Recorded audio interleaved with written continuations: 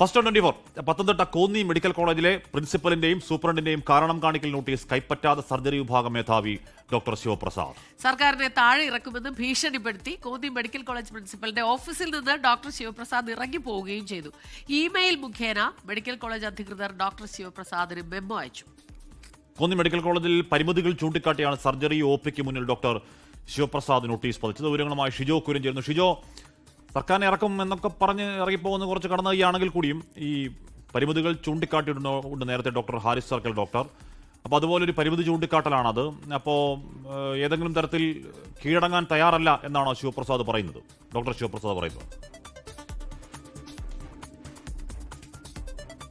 Hashmi, Smitha, very good morning. ഇതിനകത്ത് ഈ പറയുന്ന എന്തെങ്കിലും ഒരു പരിമിതികൾ ഉണ്ട് എങ്കിൽ അത് വളരെ കൃത്യമായിട്ട് അഡ്രസ്സ് ചെയ്തുകൊണ്ട് അത് പരിഹരിക്കപ്പെടേണ്ടതാണ്. അപ്പോൾ ഈ പരിമിതികൾ ചൂണ്ടിക്കാണിക്കേണ്ട രീതി അല്ലെങ്കിൽ ആ മാർഗത്തിലൂടെയാണോ അദ്ദേഹം അത് ചെയ്തത് എന്നുള്ളൊരു ചോദ്യം ഇപ്പോൾ ഉയർന്നു വരുന്നുണ്ട്. ഇപ്പോൾ കോന്നി മെഡിക്കൽ കോളേജിന്റെ സർജറി ഒപിക്ക് മുമ്പിൽ ഇത്തരത്തിൽ കുറേയധികം പരിമിതികളുണ്ട്, അതെല്ലാം രോഗികൾ സഹിച്ചുകൊണ്ട് വേണം ഇവിടെ ശസ്ത്രക്രിയയ്ക്ക് വരാൻ എന്ന് പറഞ്ഞുകൊണ്ട് 8 പരിമിതികളാണ് അദ്ദേഹം അവിടെ നോട്ടീസായിട്ട് പതിച്ചത്.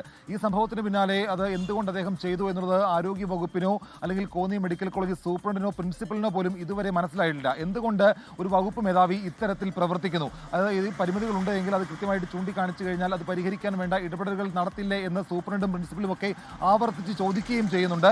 ഈ പറയുന്ന ഡോക്ടർ ശിവപ്രസാദിനെ തള്ളി കഴിഞ്ഞ ദിവസം ആരോഗ്യമന്ത്രിയും ഇന്നലെ മെഡിക്കൽ കോളേജ് സൂപ്രണ്ട് ഡോക്ടറെ ഷാജിയും രംഗത്ത് വന്നിരുന്നു. അദ്ദേഹം പറയുന്ന പോലെ പരിമിതികൾ അവിടെ ഇല്ല എന്ന് തന്നെയാണ് പറഞ്ഞിരുന്നത്. എന്തായാലും ഈ സംഭവത്തിന് പിന്നാലെ ഡോക്ടർ ശിവപ്രസാദിന് ആരോഗ്യവകുപ്പ്, അതായത് ഈ പറയുന്ന മെഡിക്കൽ കോളേജ് പ്രിൻസിപ്പലും സൂപ്രണ്ടും ഒരു കാരണം കാണിക്കൽ നോട്ടീസ് മെമ്മോ നൽകിയിരുന്നു.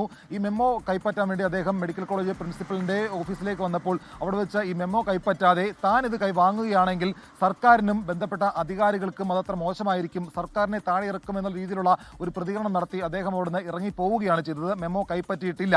ആ മെമ്മോ കൈപ്പറ്റാത്തത് കൊണ്ട് തന്നെ മെഡിക്കൽ കോളേജ് പ്രിൻസിപ്പൽ അത് ഇമെയിൽ മുഖാന്തരം അദ്ദേഹത്തിന് അയച്ചിട്ടുണ്ട്. അതിന് ഇന്ന് തന്നെ അദ്ദേഹം മറുപടി നൽകണമെന്നുള്ളതാണ് മെഡിക്കൽ കോളേജിന്റെ ആവശ്യം. അത് DMEയും ആവശ്യപ്പെട്ടിട്ടുണ്ട്. അദ്ദേഹം ഇന്ന് മറുപടി കൊടുക്കാനുള്ള സാധ്യതയില്ല. മറുപടി കൊടുത്തില്ല എങ്കിൽ മറ്റ് തുടർ നടപടികൾ എന്ത് വേണമെന്ന് മെഡിക്കൽ വിദ്യാഭ്യാസ വകുപ്പ് ഡയറക്ടർ തീരുമാനിക്കും. അതോടൊപ്പം തന്നെ മെയ് മാസം 31 വരെ അദ്ദേഹം ഒരു സമയം ചോദിച്ചിട്ടുണ്ട്. മെയ് 31-നകം വോളണ്ടറി റിട്ടയർമെന്റ് തനിക്ക് നൽകണമെന്ന് അദ്ദേഹം ആവശ്യപ്പെട്ടിട്ടുണ്ട്. 3 വർഷം കൂടി അദ്ദേഹത്തിന് സർവീസ് ഉണ്ട്. പക്ഷേ മെയ് 31-നകം വോളണ്ടറി റിട്ടയർമെന്റ് വേണമെന്നാണ് അദ്ദേഹം ആവശ്യപ്പെട്ടിരിക്കുന്നത്. ഈ പറയുന്ന വിശദീകരണം നൽകാത്ത മുറയ്ക്ക് വോളണ്ടറി റിട്ടയർമെന്റ് നേരത്തെയാക്കാനുള്ള ആലോചനയും DME തലത്തിൽ നടക്കുന്നുണ്ട്. കഴിഞ്ഞ വർഷം സ്വകാര്യ പ്രാക്ടീസിംഗിന് വിജിലൻസ് കണ്ടെത്തി ആരോഗ്യവകുപ്പ് നടപടി സ്വീകരിച്ച ആളുകൂടിയാണ് ഡോക്ടർ ശിവപ്രസാദ്. ഈ പറയുന്ന കോന്നി മെഡിക്കൽ കോളേജിൽ ചില പരിമിതികളുണ്ട്, അത് പരിഹരിക്കാൻ വേണ്ട ഇടപെടലുകൾ ആരോഗ്യവകുപ്പ് നടത്തുന്നുണ്ട്. പക്ഷേ അത് രീതിയിൽ സ്വകാര്യ ചികിത്സ ഒക്കെ തെറ്റാണ്, അത് നടപടി ഉണ്ടാവട്ടെ, ചട്ടവിരുദ്ധമാണ്. മാത്രമല്ല സർക്കാരിനെ വെല്ലുവിളിക്കലും ചട്ടവിരുദ്ധമാണ്, അതും നടപടി ഉണ്ടാവട്ടെ. പക്ഷേ ഡോക്ടർ ഹാരിസ് സർക്കിളിനെ പോലെ അദ്ദേഹം ചൂണ്ടിക്കാണിച്ച കുറേ എണ്ണി പറഞ്ഞ കുറേ സംഗതികളുണ്ട്. ICUവിലെ പ്രശ്നം, ബാക്കി പ്രശ്നങ്ങളിലെ അപര്യാപ്തത, ജീവഹാനിക്ക് കാരണമായേക്കാവുന്നത്, അതിൽ ഒരു അന്വേഷണവും ഡോക്ടർ ശിവപ്രസാദിനെ നടപടിയെടുക്കുന്നതിന് ഒപ്പം തന്നെ അദ്ദേഹം ചൂണ്ടിക്കാട്ടിയ ഈ പറയുന്ന കാര്യങ്ങൾ കൂടി ഒരാലോചന ഉണ്ടാവണം. ഷിജോ, ഹാഷ്മി, അതായത് അദ്ദേഹം പറഞ്ഞ ഒന്നാമത്തെ കാര്യമുണ്ട്, വിദഗ്ധരായിട്ടുള്ള ഡോക്ടർമാരുടെ അഭാവം, അതുപോലെ തന്നെ സ്റ്റാഫുകളുടെ കുറവ്, അങ്ങനെ പല കാര്യങ്ങളുണ്ട്. അതിനകത്ത് ഈ കാര്യങ്ങൾ നിഷേധിച്ചുകൊണ്ട് Konni medical college superintendent doctor Shaji പറയുന്നൊരു കാര്യമുണ്ട്. വേണ്ടത്ര ജീവനക്കാരുടെ കുറവ് കോന്നി മെഡിക്കൽ കോളേജിൽ ഇല്ല, അവിടെ കൃത്യമായിട്ടുള്ള ജീവനക്കാരുണ്ട്.